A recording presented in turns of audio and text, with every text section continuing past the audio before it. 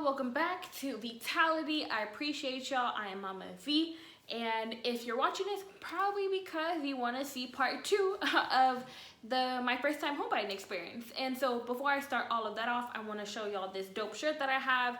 It's Pray, Work, and Repeat. My auntie actually has this online available, and it's a bunch of other quotes that are definitely inspirational, and so I said I should wear this shirt to send y'all good vibes. And yeah, definitely check her out. It's super comfy. I wear it out when I'm running errands, and as you can see, when I lounge around the house, I wear it out. So yeah, definitely check her out. It's super comfy. I wear it out when I'm running errands, and as you can see, when I lounge around the house, I wear it out. So yeah, definitely check it out. Y'all probably will find something you like. And so kind of what I discussed in my last videos of like my big reason why I wanted to save for a home, and also my process of savings. And one thing that I forgot to mention was that another thing that I did with helping my savings accumulate is my refund from taxes. So my refund for taxes, of course, you get a little bit more because you have kids, and so with that, the girls, I would put part of their refund back into their own bank accounts that they have, their savings account, and then I would put it another part of it into mine because I knew I wanted to go towards a home purchase.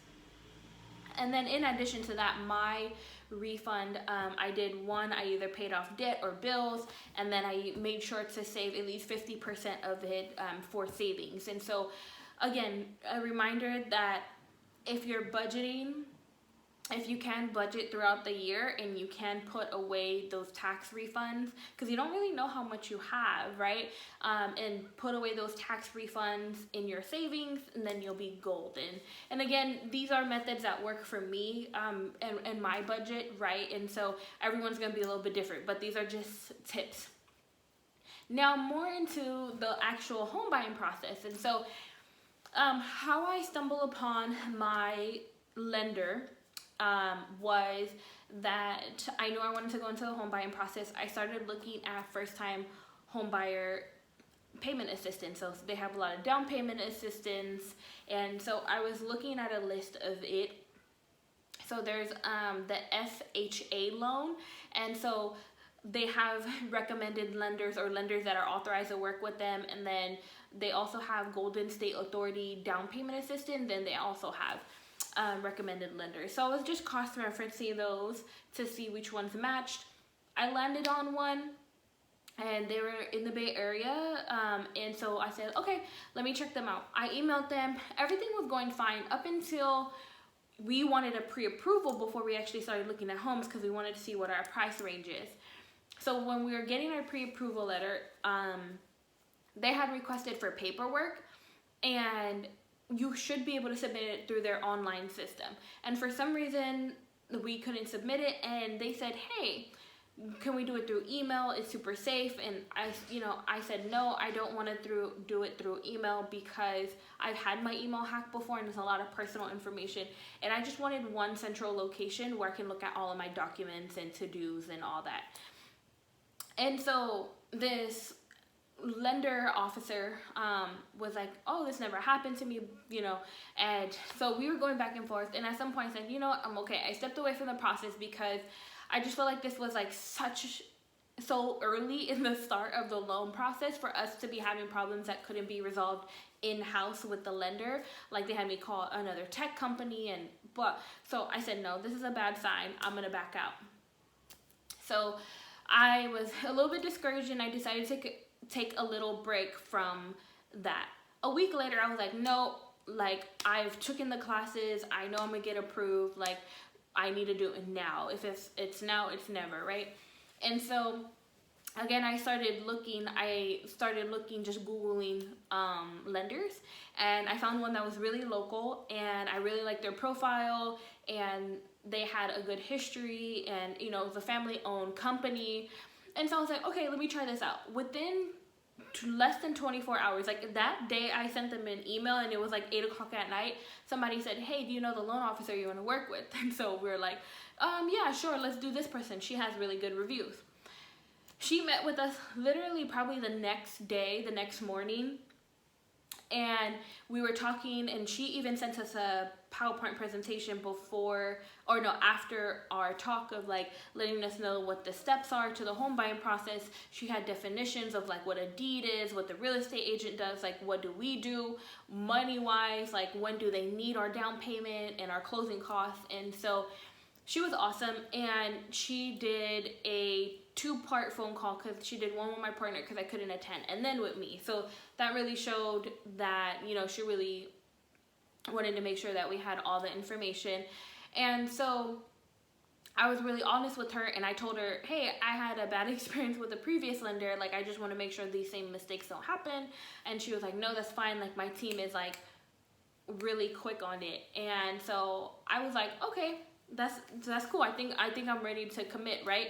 And then she said, hey, do you have a real estate agent in mind? And I said, no, I don't really know the real estate agent. I don't know if I just look or Google for them, Google some. And so she said, hey, I have somebody who actually I work with a lot. So she was very honest, like, yeah, we work a lot together. She's highly recommended. She actually specializes in the city that I want to work in. Like, she has a lot of connections in the city that I was hoping to move in, was Castro Valley. And so I was like, okay. She did an introduction email. Again, within 24 hours, we were able to book an appointment. And the good thing about the real estate agent is, because COVID was going on and they would rather meet in person, she did a video chat instead. She sent us a presentation before of what she was going to go over.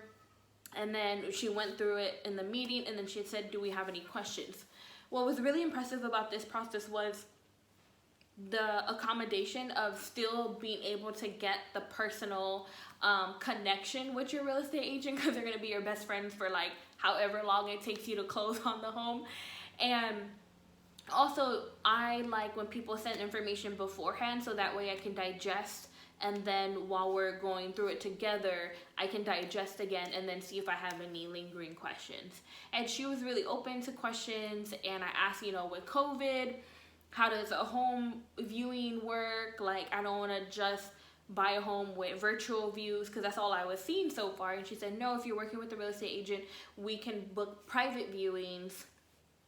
But you, of course, have to sign like paperwork saying that you do understand the risk of entering a home, and it's not guaranteed that it's disinfected after every other viewing, because they're busy, especially if it's a private viewing. Like, their viewings are probably back to back. Within that same week, within that same day, she actually sent to us listings. So I felt really comfortable with her, and she was really transparent and honest. And she actually was like, it's really good that you're working with this particular lender, is because most lenders can close between 45 to 60 days. And they said, I've closed with her a few times in 21 days. And at first that made me nervous, but I realized, she said, that's really important, because when you're bringing an offer to the home, they want to close as soon as possible, because one, if the people in the particular home that we end up buying had already moved out, right? So they still are liable for their mortgage up until we secure our loan, right? And that's the importance. And some folks just want to hurry up and leave, or they're in a time constraint to maybe they're moving out of town, and so they don't want to be tied to still be paying this mortgage and whatever other mortgage or rent that they're paying in their new home. And so she was like, yeah, she's really great. She's really transparent.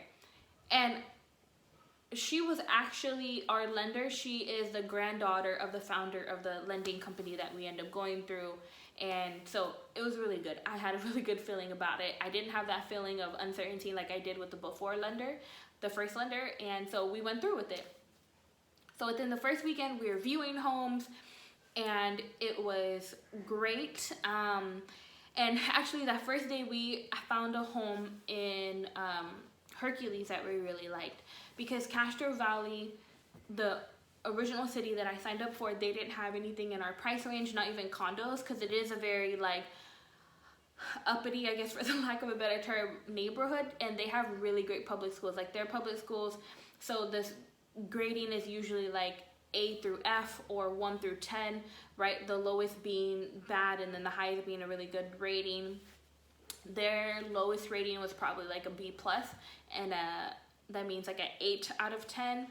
for public school learning, and they had, at least from what I read in a lot of their school profiles, it was like more holistic learning. And so it ended up not working out, and that's totally fine. So we ended up finding a place in Hercules because that had pretty decent schools for elementary schools. And we really were considering this 3-bedroom like condo, and it was gonna be awesome. And I was really excited, and it was a turnkey home. So a turnkey home is if you literally turn the key and the home is ready. You don't really have to do a lot of improvements versus, you know, a fixer-upper. It'll tell you like, oh, this needs to be fixed up in the housing profile.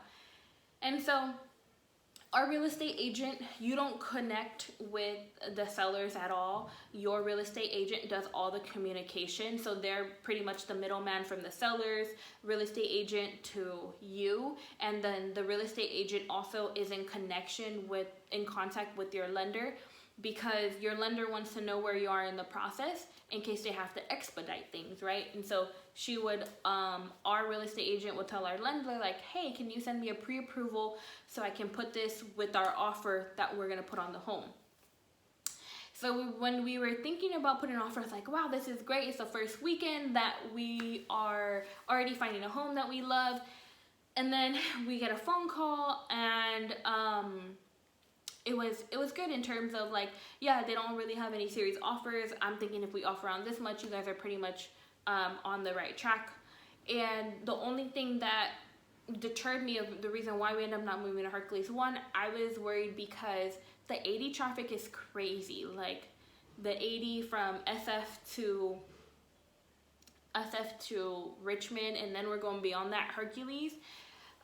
We dropped the girls off at my parents' place, and so I knew that was going to be horrible traffic. But with COVID, you know, things were a little bit calm, like not that much traffic.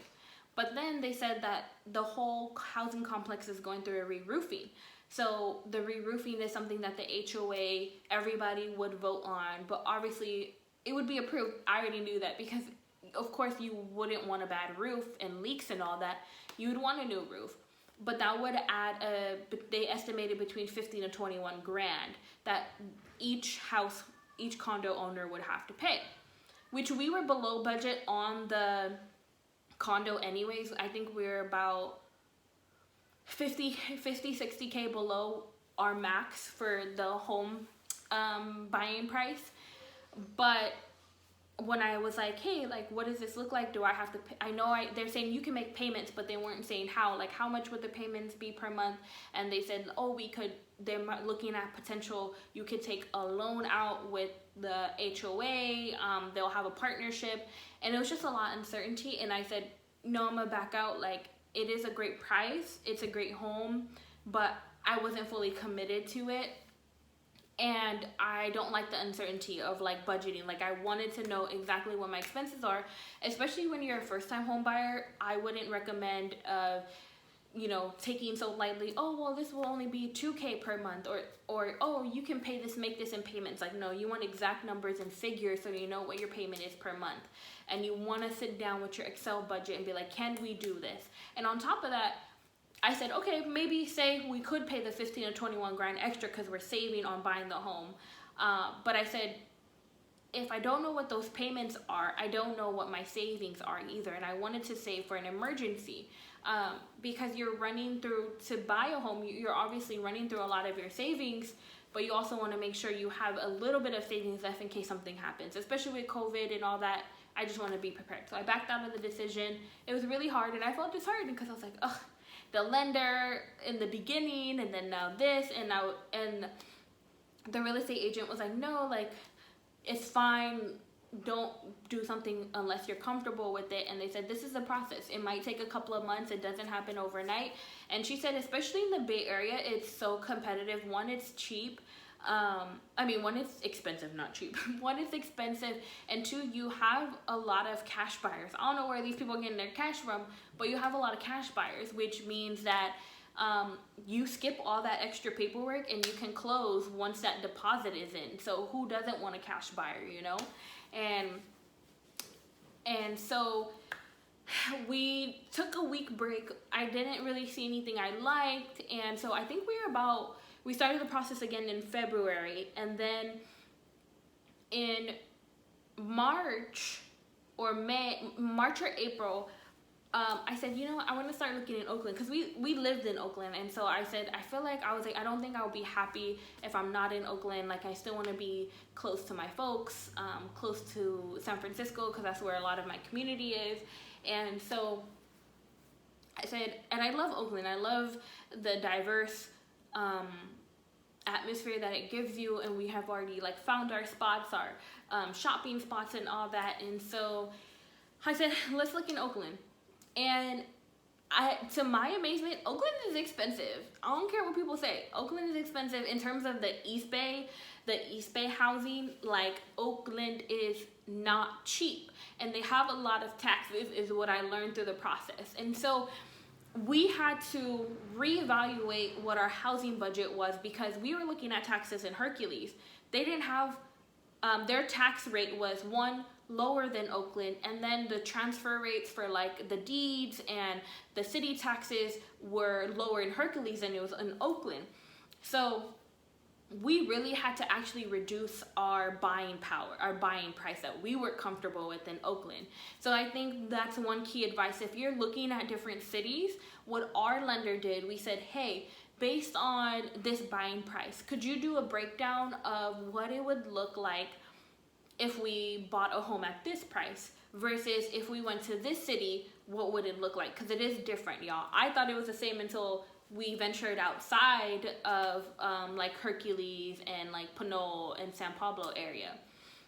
So we had to readjust, and we actually found this home, this cute home in this really good school district of, I think it was like an 8 out of 10 school district, and I really liked the neighborhood. I was familiar with the neighborhood. So I was like, oh, it's right within our buying price. The only thing is their listing price was our max of our budget. So I said, hey, before I view this home, I want to talk to our lender. So before we even viewed the home, I talked to the lender, hey, can we go over numbers of what it would look like payment-wise and also down payment-wise? And she looked at it, and it was great, but it was about $300 to $400 over my budget. It doesn't sound that much. You can be like, oh, I can work extra hours, blah, blah, blah. But no, I didn't want to chance it. And I said, I love this home, but I don't want to just work to pay a mortgage. Like, I still want to live life a little bit. I want to be able to, one, not worry about groceries, and two, be able to still take the girls out on activities, because every weekend, especially when I was working, we would try to do outdoor activities with them, because we don't get to spend much time with them. So we'd go to the zoo, we would go to the Academy of Sciences, we go to this rehabilitation for animals and all that. And you know, sometimes we travel to see my partner's family in LA, and I didn't want to change that part of the girls, right? I can obviously tighten the budget, but I don't want to automatically take it all away from them. And so I said, no, it's fine. And I said, hey, I think we need to reevaluate our numbers of what we can actually afford in Oakland.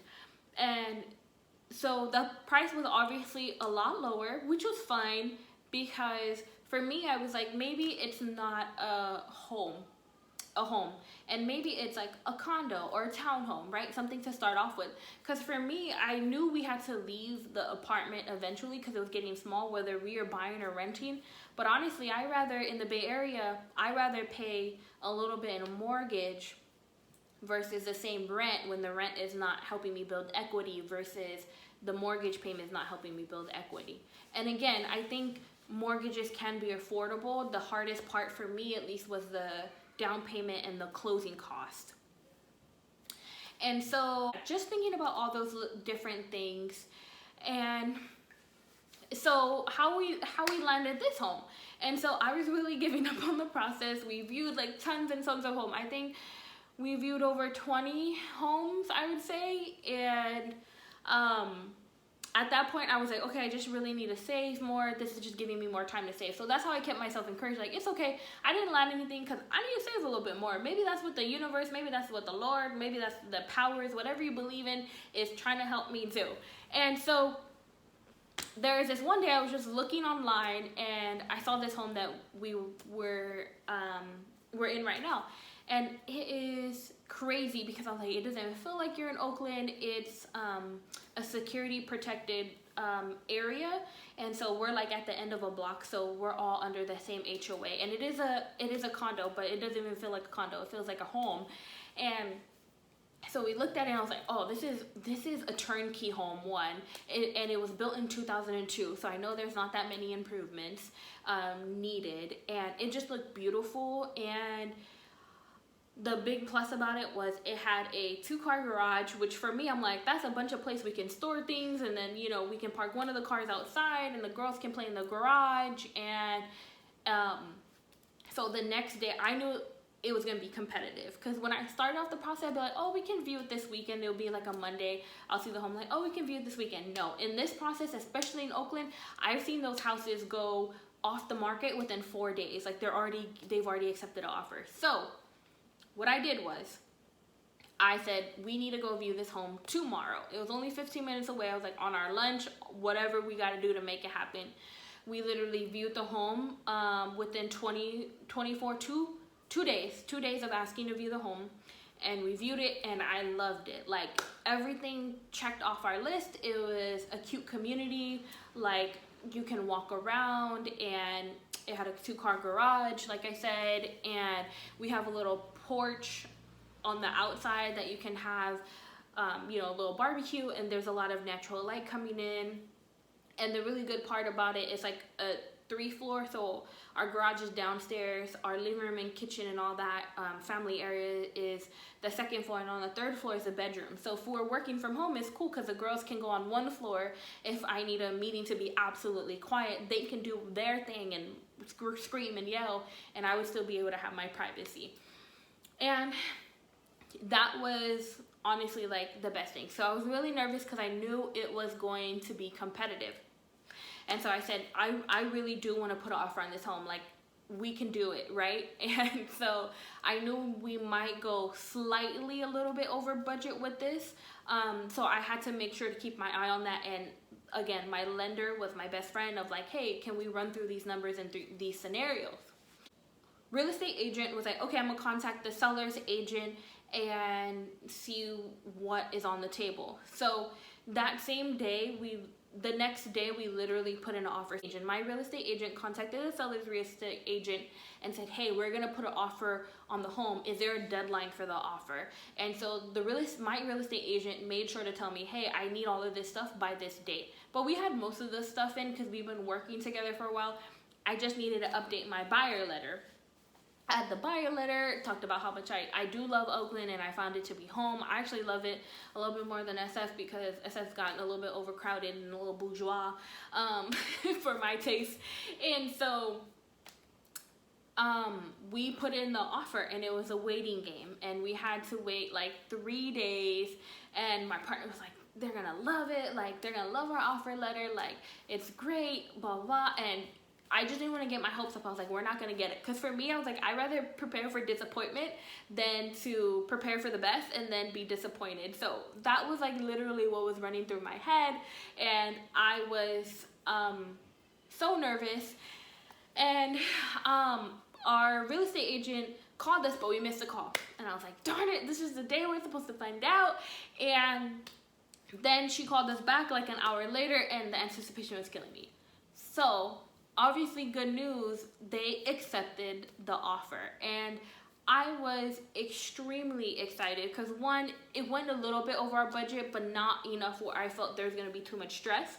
And then 2, the real reason why, so they had 6 offers. Our seller had 6 offers within 2 days of it being on the market. And with the 6 offers, we weren't the highest offer. So in my buyer's letter, you know, I try to do the emotional appeal and all that. And like, you know, I really do want a home to create memories, right? And that's what I feel like the reason why you want a home is so important, because I put that in our buyer letter of why we wanted the home. And that's literally what won us the home. Like, our real estate agent told us, she was talking to the seller's real estate agent, and they said, One, they had 6 offers. Ours wasn't the highest offer. Somebody was offering over 40K, 40 to 60K over our offer. So we had the offer letter and it was very well. And in terms of like the other nitty gritty of it was, once you put in your offer, so say for example, if we put $600,000 on a home, right? That's our offer. We put it in. They accept the offer. There's a lot more steps into that though, of where the lender, your lender, where you're getting your loan from, goes in and they have their own appraiser come in and look at the home, evaluate it. They compare it into to homes similar to yours in the area and how much they sold for. And say the appraiser says, oh no, this home's only worth $550,000. Your lender's only going to give you a loan up to the amount that the appraiser says that this is what the value of the home is, right? And they're honestly doing that for your protection. And so, right, so our offer is $600,000, for example. That's not how much our offer is, but for example. And then the appraiser says, no, it's only worth $550,000. So there's a $50,000 gap. 2 things can happen. One, you can go to your real estate agent, can go to the seller's real estate agent, and they can ask to renegotiate the price because of the appraisal. And then also your lender could also appraise the home differently. They could try to dispute what the appraiser said and maybe add a couple of thousand, but honestly it won't change too much.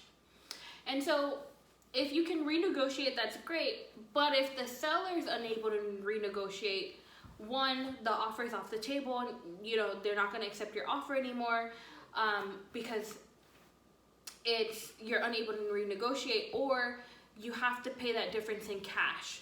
So if the offer was $600,000, appraiser was $550,000, you would have to pay the $50,000 in cash if they're not able to renegotiate. But usually if you've gotten so far into that process, they're more willing to negotiate. And honestly, your real estate agent's like attitude towards the seller's real estate agent and how they've created the rapport definitely does help with that renegotiation process. And so we were able to renegotiate lower because the appraiser appraised it about 28 grand lower than what our initial offer was. And so the deal got even sweeter for us. And once that happens, is a lot of other things happen in terms of the closing. So when you're closing, your lender goes in, appraises the home, and then you have these things called contingencies. So when you put on the offer, you can say contingency, like, I need these things met in order for the offer to stay valid. So one of the contingencies was appraising the home. We appraised the home, we fixed that, found a solution, we removed that contingency. Another contingency could be that we have to finalize the loan, right? And so once we finalize the loan, then that contingency can be removed. And when you put in your offer and you're going through this process, they can still seek backup offers in case they see maybe something might go wrong. I can see something going wrong, but for the most part you're locked in legally because you're signing paperwork once you officially put your offer. Another thing is, once we put in our offer and they accepted our offer, we had to deposit 1% of our down payment. So the 1% shows good faith in terms of like you were going to be able to follow through with this. So we electronically wired it to the title company, the sellers. So the seller's real estate agent helped us with all that.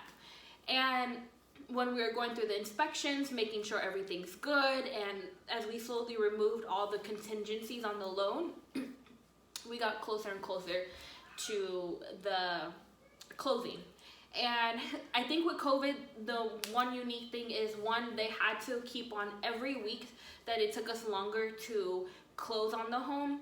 We had to give them our work information so they can confirm that we're still full-time employment, because COVID, a lot of people are losing their job, and if we default on our loan, that's bad for the loan company. So they're also protecting their own money.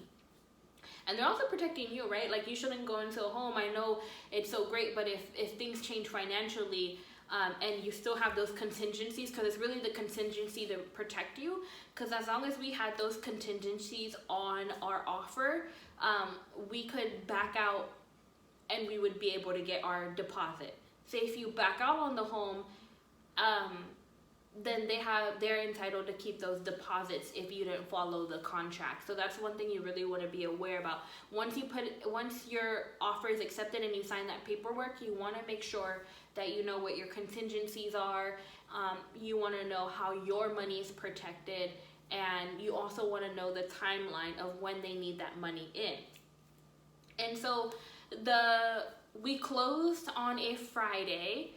So closing on a Friday means we removed all the contingencies. We actually went to the home again. We did a last inspection just to make sure we were like good to go, and we are good to go. Then we had to wire the rest of our deposit and our down payment funds to show that we're closing on the home. So we went to like my bank, Citibank. We went there and we did the wire deposit. It takes them about the same day to receive it, or sometimes the next day, and then officially we can go in to the lender's office and we can sign all of the paperwork. And the good thing is, so a notary is there, so it's like a third party there to witness all this paperwork. Our notary, she was super awesome because I guess she notarizes a lot for home buyers, so she kind of re-explained everything to us, and we officially closed on the home on the weekend, on the Sunday. It was a Sunday before Father's Day, so that was really great. And then once you close on the home, you actually have to wait sometimes 2 to 3 days for the city to then record that the ownership is transferred. Once that is complete, you can then go to your real estate agent, meet you at the home, and they'll give you the keys to your new home, and then it's officially yours to move into. And a lot of that is stressful. I will honestly want to say is when the time our offer was accepted, our real estate agent literally did close within 3 weeks, 21 days in records time, which really helped us because we also wanted to know the certainty of being able to give, notice for our previous home, and then also giving us time to move into the home. Those 3 weeks are super emotionally draining. It's a roller coaster, honestly, because you get over one bump and you're like, oh, the appraisal didn't come through, and then you're just waiting, and then you go over that bump, right? And then you're like, oh, they ask for more paperwork. So they were very transparent with me. They're like, when your offer is accepted, whenever we ask for something or we contact you, we need contact if at the latest 24 hours, within 24 hours, if not instantly. Because one thing can affect your loan from happening, because they still have to do their process of going through underwriting. Other people in the company have to look at it to make sure they're comfortable with giving this loan. They might have additional paperwork of we want to know where all your down payment money is coming from, and we need to see all those transfers. They need everything accounted for, every single cent accounted for. So it was a lot of back and forth, and I think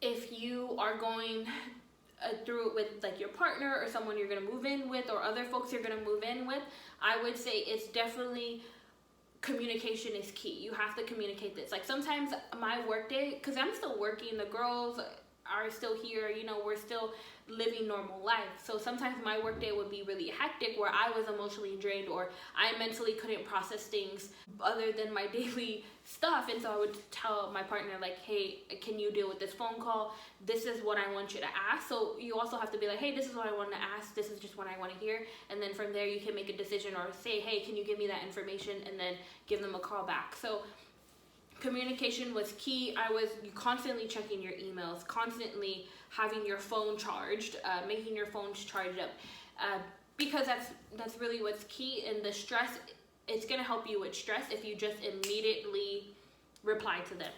Now the technicalities of it in terms of our down payment. So like I said, they have down payment assistance. So we went with a conventional loan because if you're working with buying a condo and you're living in a community, not all of them are FHA approved. So that means they've gone through classes to deal with the FHA. So we have to go the conventional route where you have to put 5% down at least. And with the FHA, the minimum down payment you have to put is 3.5%. It doesn't seem like a big difference, but if you're talking about a 1.5% difference in hundreds of thousands of dollars, it's gonna make a difference. So that's one thing. And then you also, a lot of times with these down payment assistance, you need to take a first-time home buyers class. So like what I mentioned in my first video of how I gained more knowledge was I just randomly signed up for a free first-time home buyers class. That class actually gives you a certificate that qualifies you for these down payment assistance. So the FHA honestly isn't necessarily a down payment assistance. They're not giving you money. It's just to help you lower how much you have to put down. So I think when you're looking at homes too, and you're looking at and you're depending on a down payment assistance, you want to ask your real estate agent or let them know, hey, I really want to use this. I want to make sure, is this approved already before you even go view the home, right? Because you would hate to have your hopes up and then it's not approved, right? Like you still want to stay within your means. So yeah, you can have your hopes up and you might push yourself, but don't if you can. Because again, we're talking about financial stability. And then another thing is the Golden State Authority down payment assistance is something I looked at. So they give you, I believe, about 5 to 7% that can go towards your down payment assistance and your closing costs. The only thing with that is what I found out is obviously if you put in money into the down payment, that's gonna go towards the value of the home and you're building equity, right? So they wanna say that when you get to 20% of equity, when you have 20% of your home paid off, then some fees start getting knocked off, right? Like if you don't have 20% of a down payment, they're gonna make you get mortgage insurance. That mortgage insurance does range between, $300 to $500 per month on top of, the principal that you're paying and on top of the other taxes that you're paying. So for me, it was gonna put our down payment and our closing costs, they were gonna cut in half from like $50,000 to like $25,000. But for me, I was uncertain because I said, what about when we reevaluate the home and how does that work? How much equity do they have the home? And we were already in the offer being accepted when I realized this. So we talked about it and I decided not to go with the down payment assistance, but I think it's really good for first-time home buyers. And their percentage, so they do have a percentage on their mortgage rates. So you're slowly paying interest. So you're kind of paying back the money they gave you. So it's not necessarily free money. You are eventually paying it back, just later and throughout a long extended period of time. And that brings me to another key of when you are buying a home, and like I said earlier, if you don't have 20% down, they do require you to have mortgage insurance. And so that requires you to pay a couple of hundred more per month, like us. And so that was something that we really had to work into our budget. That's why I say it's really important to talk to your lender, because they'll say, hey, this is your quote, and they've seen a bunch of mortgage insurance quotes. This is around how much you'll have to pay. So, calculating that into your expenses. Something when you're buying a home, whether it's a home, a townhome, or a condo, you are gonna have to pay property taxes. So you want to talk to your lender of like how property taxes work. I don't know, again, I worked with 2 lenders and this is based on very limited knowledge, but at least with my lender, we pay our property taxes slowly per month to them, and they keep it in a separate account, so that way when it's time to pay property taxes, we have already saved up for that. So you want to ask like, hey, should I be mindful of saving up for my own property taxes, or is that my part of my mortgage payment every month? And that was a big help, because I was like, how do property taxes work? And another thing, property taxes are different in different cities. So again, that's why I say look at the rates. It's really good to know like the interest rates and really being able to understand that, and especially just being transparent and ask. This is not a time to be shy about asking questions. You need to ask all the questions that you have. And so altogether, when we were doing our home buying, is we had our down payment of 5% of the home, and then also you have to think about your closing costs. Again, your closing costs doesn't go towards your payment of the home. It's really for paying off property, transferring the paperwork and all that, and a lot of different technicalities. And so I think the cheapest we saw closing cost was $8,000 when we were looking at Hercules. And then honestly, the closing cost total for Oakland, we were looking at maybe about $15,000 closing costs on top of our down payment. So that's why I say if you're looking at $50,000 out of pocket roughly for closing and down payment costs, those down payment programs are really helpful. Don't be shy away from it. Just make sure that you know all of the information in terms of like, how does that work with your home equity? How long will it take you to get rid of the mortgage insurance? So that was like our main key of like, maybe not having the down payment assistance will help us get rid of the homeowner's insurance, because we want to build that 20% equity faster. So yeah, it's all of a journey, and I would say nothing's for certain until you finally get those keys in your hand. At any point, the process can change. So, you know, you have to have a strong heart about it. Don't get too discouraged, and you can definitely do it.